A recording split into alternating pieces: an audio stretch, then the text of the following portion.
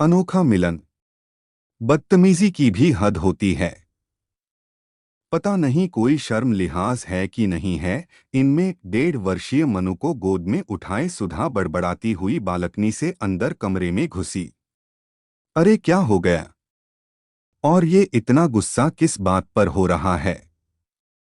मोहन ने अपनी पत्नी सुधा का तमतमाया चेहरा देखकर पूछा। वो सामने वाली सोसाइटी में कोने का दूसरी मंजिल का फ्लैट है ना? उसकी बालकनी में से एक बूढ़ा खूसट कई दिनों से मुझे घूर रहा है।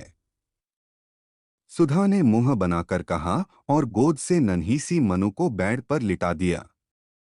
ये बात सुनकर मोहन ने बाहर बालकनी में जाकर देखा तो सामने वाली सोसाइटी में एक सफेद दाढ़ी वाला बूढ़ा अपनी बालकनी में टहलता हुआ दिखाई दिया। लगता है कोई नया परिवार अभी हाल में ही आया है। मोहन अंदर कमरे में जाकर सुधा से कहा, जो मनु को थपकियां देकर सुलाने का प्रयास कर रही थी। हाँ, यही कोई 15-20 दिन ही हुए हैं आए को। पर मुझे बालकनी में सिवाय उस बूढ़े के कोई और कभी नहीं दिखाई दिया। जब देखो कभी कुर्सी डालकर बैठा मिलेगा तो कभी टहलता हुआ, मगर नजरें इधर हमारी बालकनी पर ही गड़ाए रखेगा। बूढ़ा खूसट, अपनी सफेद बालों का अपनी उम्र का भी ख्याल नहीं है। सुधा लगातार बड़बड़ा रही थी। हुँ? इन फ्लैटों में बूढ़े बेचारे भी क्या करें, बस ऊपर टंगे रहते हैं।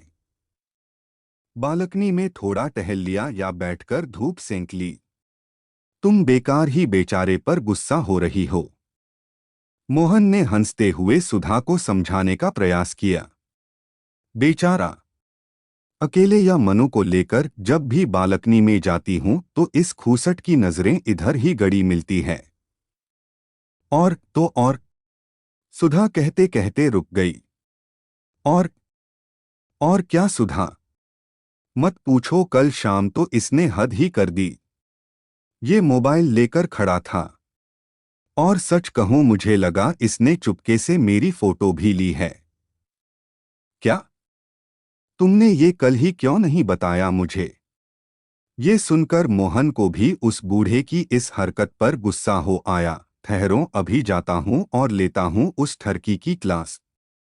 रुकिए, मैं भी चलती हूं, उस बूढ़े की ऐसी अक्ल ठिकाने लगाऊंगी कि याद रखेगा और यहाँ वहां झांकना ताकना हमेशा को भूल जाएगा।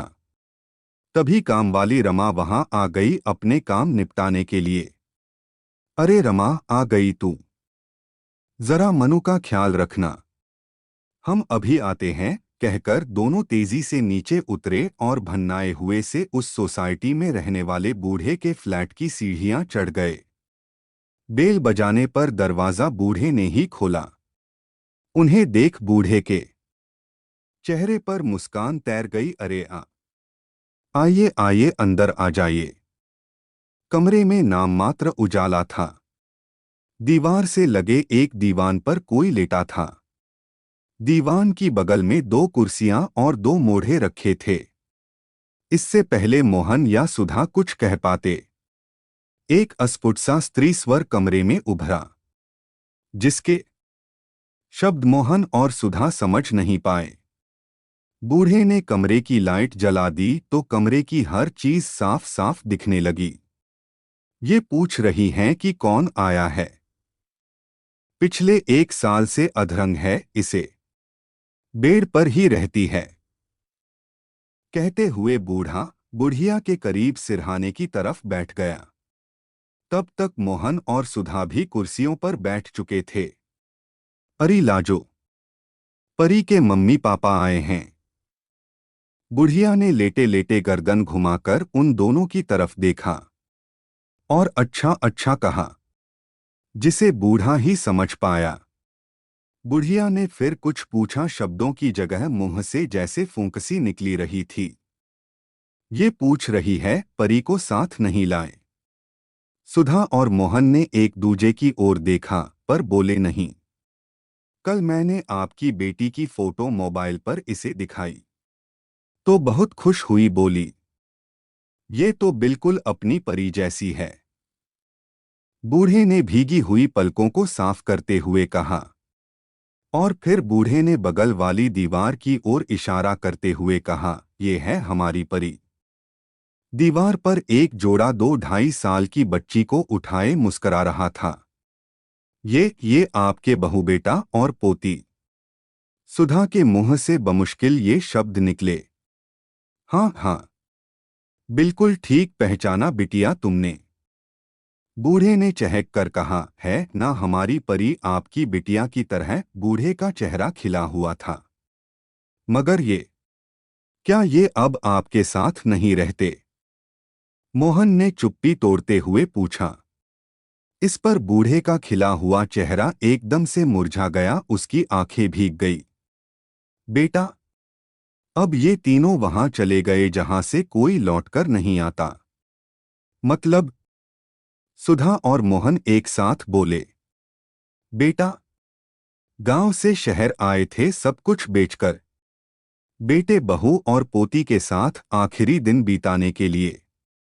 मगर ईश्वर को ना जाने क्या मंजूर है, पहले तुम्हारी आंटी को अंधरंग और फिर एक एक्सीडेंट में बेटा बहू और हमारी परी। हमने सब कुछ खो दिया। जिंदगी बोझ लगती है, मगर जीना तो पड़ता है ना। ये मेरी पत्नी है, मेरी जीवन संगिनी, इसे अकेले कैसे छोड़ दूं?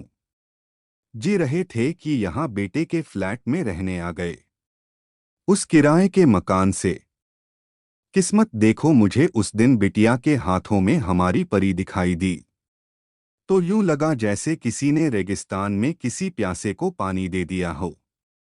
जब मैंने तुम्हारी आंटी को बताया तो ये परी को देखने की जिद करने लगी। तो मैंने तुम्हारे साथ उसकी फोटो खींचकर दिखाई मोबाइल फोन पर।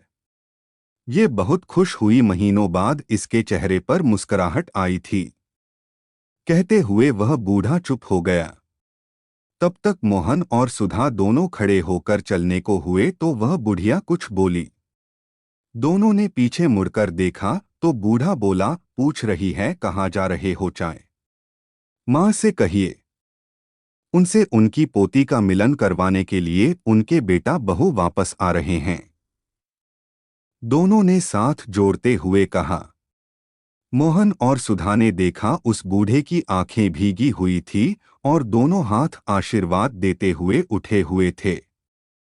अगर आपको हमारी ये वीडियो पसंद आई हो तो वीडियो को लाइक करें, कमेंट करें, चैनल को सब्सक्राइब करें और साथ में बेल आइकन को भी ज़रूर दबा दें ताकि हर वीडियो की नोटिफिकेशन आपको सबसे पहले मिले।